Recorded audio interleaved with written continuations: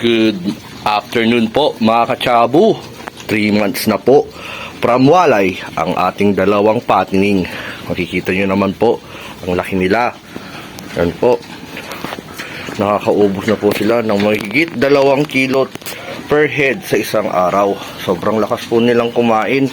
Hinihintay ko pa nga rin po yung in-order po natin na King Beat Plus po na darating po sa linggo. Sakto, isasama na po natin yon sa ating ipapakain na finisher para po mas mabawasan ang taba ng ating alagang baboy. Tingnan nyo naman po. Oh, yan pa oh. Oh, di na tayo matutalo niyan. Excited na po ako na mabenta ang ating alagang baboy at mag-start ulit ng another batch po. Hopefully, maganda po ang kalabasan ng kanilang carcass dahil purong feeds po yan ng bimig. Kitang-kita naman po. Yan po. Napakaganda po.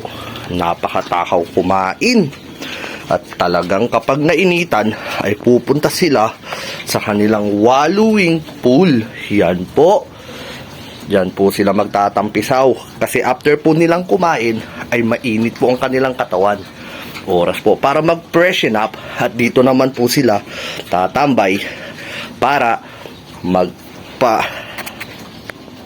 just in case po nasakto na po ang kanilang lamig ng kanilang katawan.